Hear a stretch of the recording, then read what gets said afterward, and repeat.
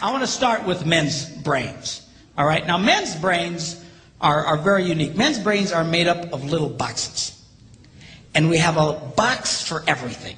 We've got a box for the car. We've got a box for the money. We've got a box for the job. We've got a box for you. We've got a box for the kids. We've got a box for your mother somewhere in the basement. We got boxes everywhere. And the rule is, the boxes don't touch.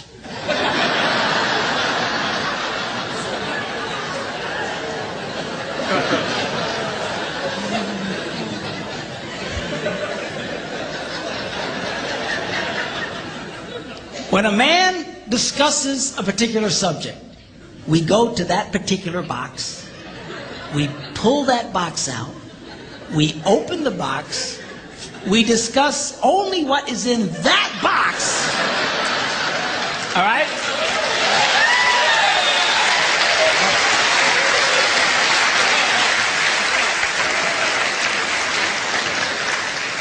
And then we close the box and put it away, being very, very careful not to touch any other boxes.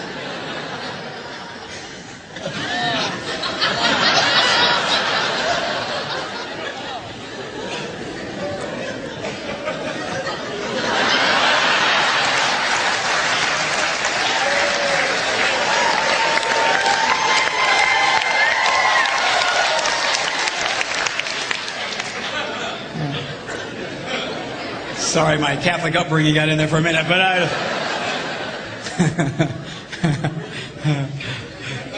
I'm not a Catholic, but I went to Catholic school when I was little. I had a nun who taught on hell like she was born and raised there. I mean, I'll never forget it, but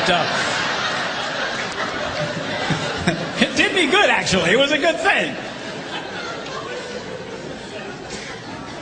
Now, women's brains are very, very different from men's brains.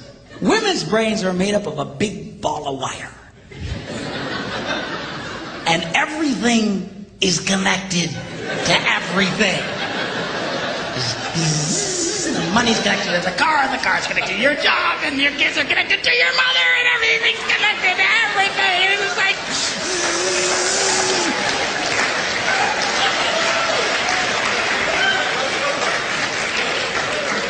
It's like the internet superhighway. Okay? And it's all driven by energy that we call emotion. It's one of the reasons why women tend to remember everything. Because if you take an event and you connect it to an emotion, it burns in your memory and you can remember it forever. The same thing happens for men. It just doesn't happen very often because, quite frankly, we don't care.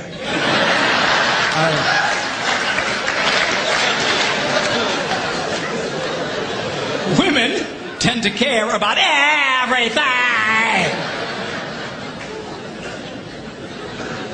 And she just loves it.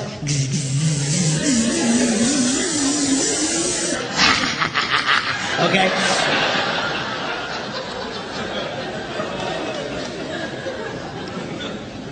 Now, men, we have a box in our brain that most women are not aware of.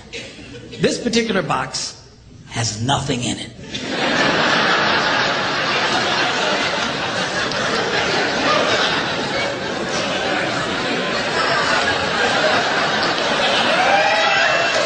It's true. It's true. In fact, we call it the nothing box. And of all the boxes a man has in his brain, the nothing box is our favorite box.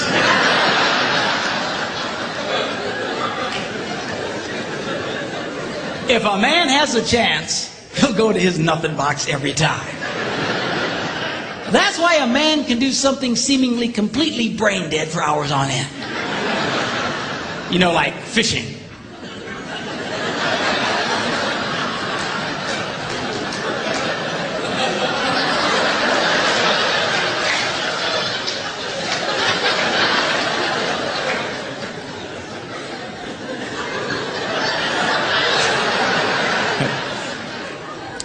And we love it. That's why a guy can sit in front of a TV and go.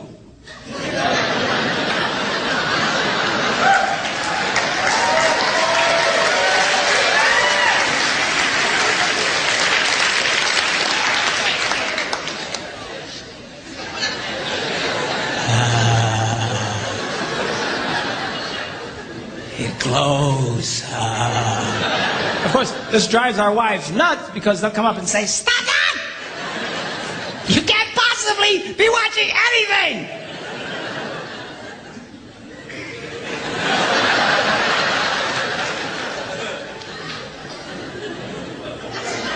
I'm not.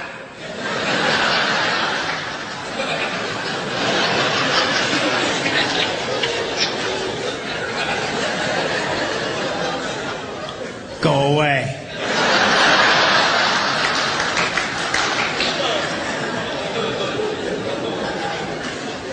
Now they've actually measured this. The University of Pennsylvania a couple of years ago did a study and discovered that men have the ability to think about absolutely nothing and still breathe. You know, they connected all the wires and stuff like that and watched the brain activity, then all of a sudden, I think he's dead. Huh? You know, women can't do it. They can't do it. Their minds never stop. And they don't understand the nothing box. And it drives them crazy. Because nothing drives a woman more crazy or makes her feel more irritated than to witness a man doing nothing.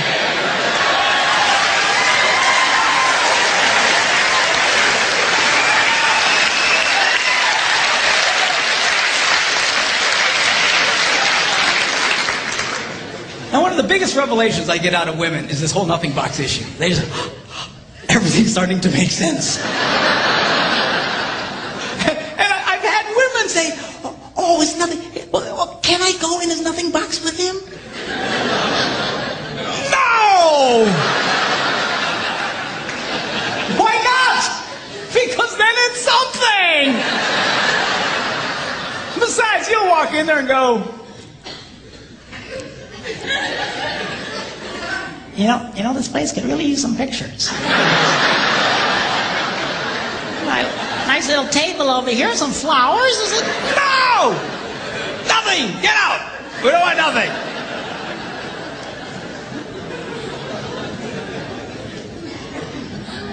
Now this handles the way men and women handle stress.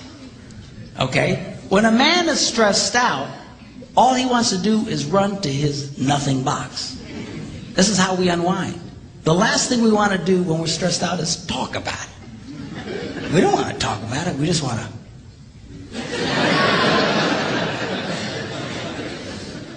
Of course, it just drives her nuts, you know. A woman will see a man in that vegetative state and she'll come up and go,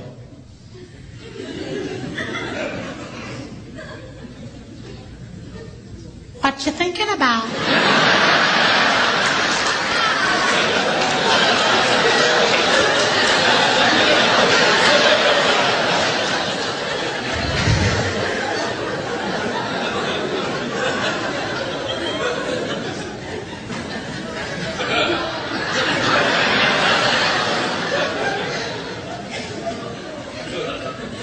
Nothing.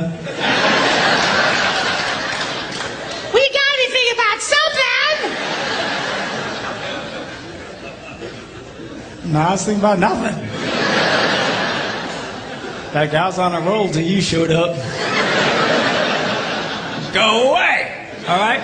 Because that's how he handles stress. He just. Now, when a woman is stressed out, she has to talk about it. If she doesn't talk about it, her brain will literally explode. So she'll start just, "I don't know what has something to do with this. Not, I never thought about this. My brother over here said me, and I know men who run from their wives when they do this. They do. I say, "Well, why do you run from her?" He says, "Because I don't know what to tell her." I said, "Dear God, man, who told you to tell her anything?" She don't want you to tell her anything. See, a lot of guys, they feel obligated when you start explaining all your stress, they feel obligated to fix you. Right? Because that's what a man does. A man only tells his troubles to another man in hopes that that man will help fix it. Okay? But she's not a man. and you try and fix her, she gonna kill you. Right? She doesn't want your advice. She doesn't want your help. She wants you to shut up and listen. And a couple of ladies, that's right, you tell him. Tell him to shut up. And a couple of ladies, that's right, you tell him. Tell him to shut up.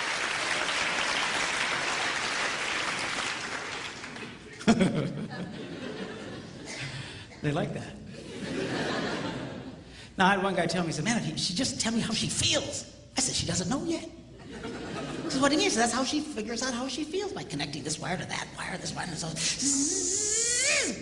Now, because they love each other, they offer to each other their answer, their solution. A man senses his wife is stressed out. He loves the girl. He offers to the girl his best and finest solution. Or just quit talking about it.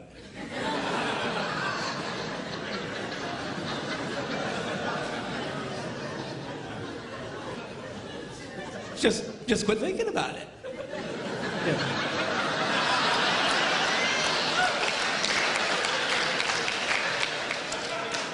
And that's when she starts reaching for the knives and stuff. But she's going to stab you if you keep it up, okay? Now, a woman, she senses her husband's all stressed out. She loves him. Therefore, she offers to him her best and finest solution. Talk to me. Why won't you talk to me?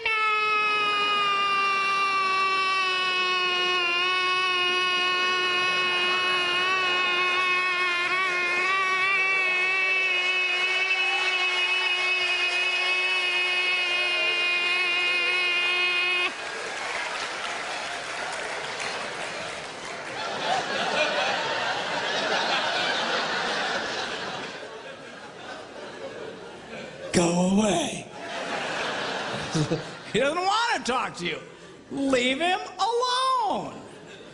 He will not die. He's not a woman. All right? I know you've got to talk it through or you're going to be twisted inside. He's not like that.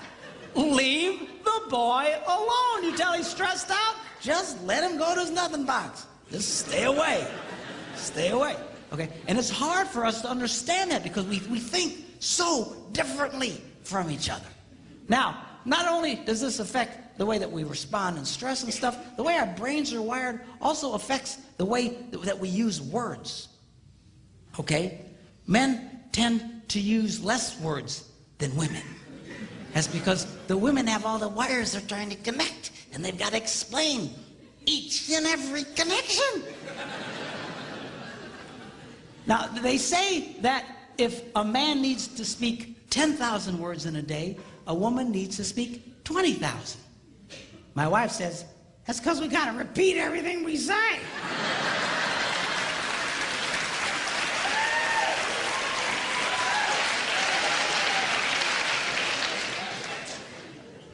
To which I responded, huh?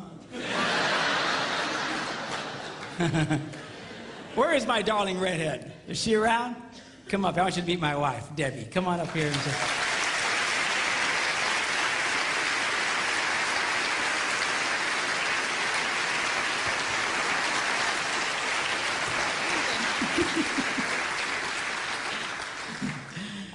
people say, well, doesn't she talk too? Nope.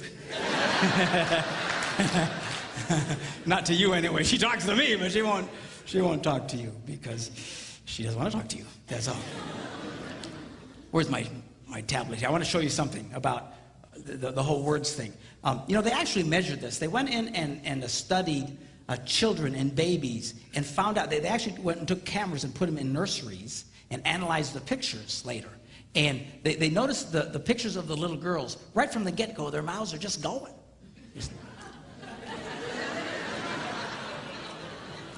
It's true. It's true. And then they analyzed the pictures of little boys, and they're just...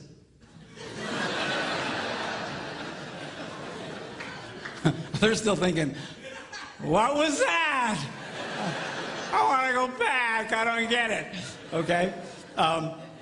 Then they went and they recorded conversations of little boys and girls on playgrounds. And they went back and analyzed them. And they discovered that little girls loved to talk. They were very articulate, loved to use full sentences, just loved to talk. And if they didn't have anybody to talk to, they were perfectly content to talk to nobody. And they were just complete sentences. Then they analyzed the conversations of the little boys. And only about 55% of it was intelligible. Because that's what they were saying. You know, yes. That's conversation to a man, okay? Now, not only do we use different amounts of words, words can mean different things to men and women. For example,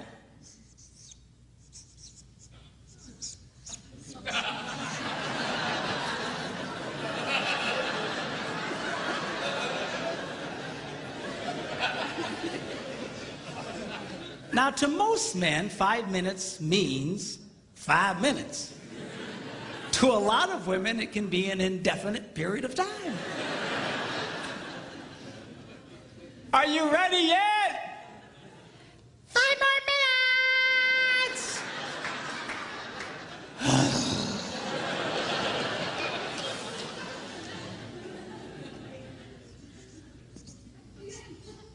As we discussed, men understand nothing.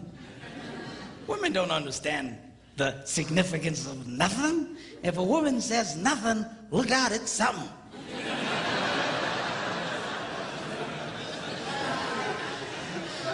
Oh, dude, man, I don't know what happened. What happened? I don't know, I asked my wife what she was upset about. What'd she say? Well, she said nothing. Get out of the house, man, run now, get out!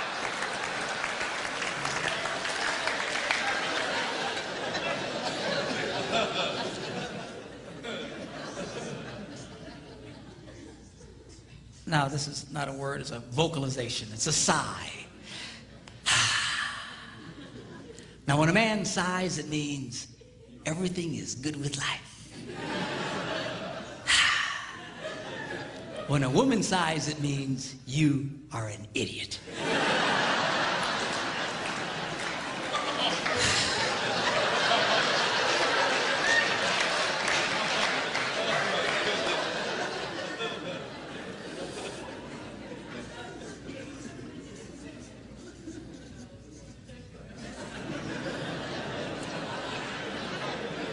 Now, when a man says, go ahead, he's being polite.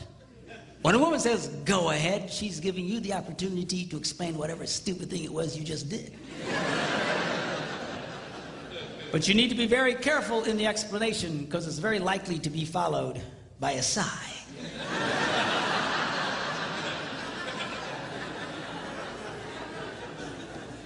Which will lead to an argument over nothing.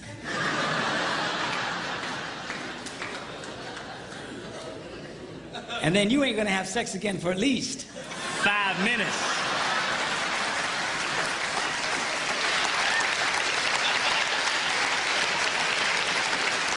Here we go. Number one, how to get a man to do what you want him to do. Number one, you need to ask him more than once.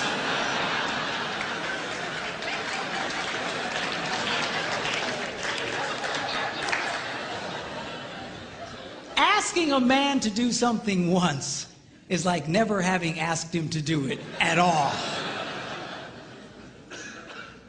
Why is that? Men are always in such a take mode. We're constantly take. We compete taking. We're in business taking. We're just take. We're just in this take mode. And all of a sudden, his wife will say to him, honey, will you do such and such for me? And his left brain says to his right brain, you hear something.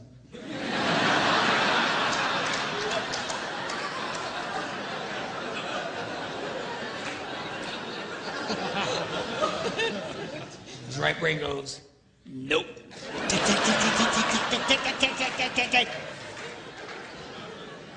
It takes more than once to get through to the boy. Now, a lot of women, they think that, that their husband, they're holding out on them. That we are sitting there intentionally not doing what he asked us to do, just because we're full of hate. But I promise you, when you asked it, it went in one ear, spun around his nothing box, and shot out the other one. And he doesn't remember jack about what you said. Now, when I was first studying this, I thought, you know, this can't possibly be true. This has got to be inaccurate, because I'm married to a woman who has no problem asking me more than once. You know, she said, honey, will you do such and such for me? I go, no. Come on, sweetheart, do this for me. No. She says, come on. She's got the thing, she pats my cheeks. You're such a good husband. Do this thing for me. Okay, you know, and then I do it. So when I was first reading this, they were saying women only like to ask one time. I thought that can't possibly be true. And I remember I was in a church in Green Bay, Wisconsin at the time.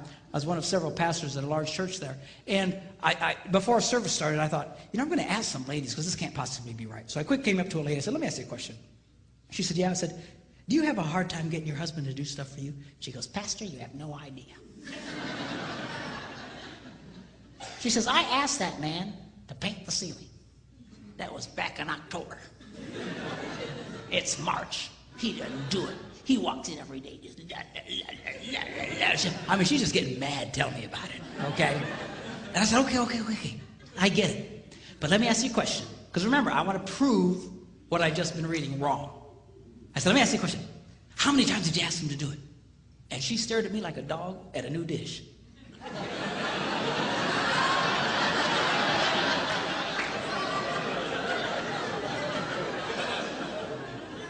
She said, once. I was stunned. I says, why wouldn't you ask him more than once? She says, I shouldn't have to. I said, you might want to try that. I got away from her.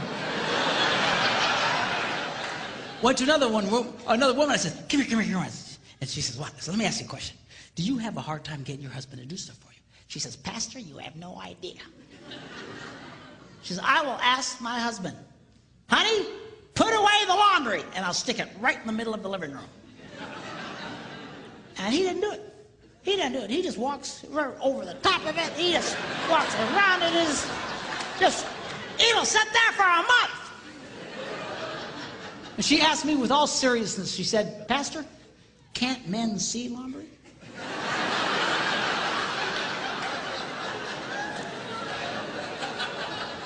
I said, yeah, we can see it. Just doesn't mean a whole lot to us. You know. So she's just getting angry, just tell me about it. So I said, okay, yeah, I get it. But let me ask you a question. How many times did you ask him to do it? And that same startled look. Once. I was amazed. I said, once? Why wouldn't you ask more than once? I shouldn't have to. Time was running out, church was going to start, and I grabbed another lady real quick. I said, come here. She says, what? She said, do you have a hard time getting your husband to do stuff for you? She says, Pastor, you have no... Apparently I'm a complete idiot because I have no ideas. But, yeah, I have no idea. And she goes on to start living out the horrible transgressions of her idiot husband. And I asked the same question, okay. But how many times do you ask him to do it? Once. I said, why? Why wouldn't you ask more than once? She says, I shouldn't have to. Ladies, are you listening to me? You have to.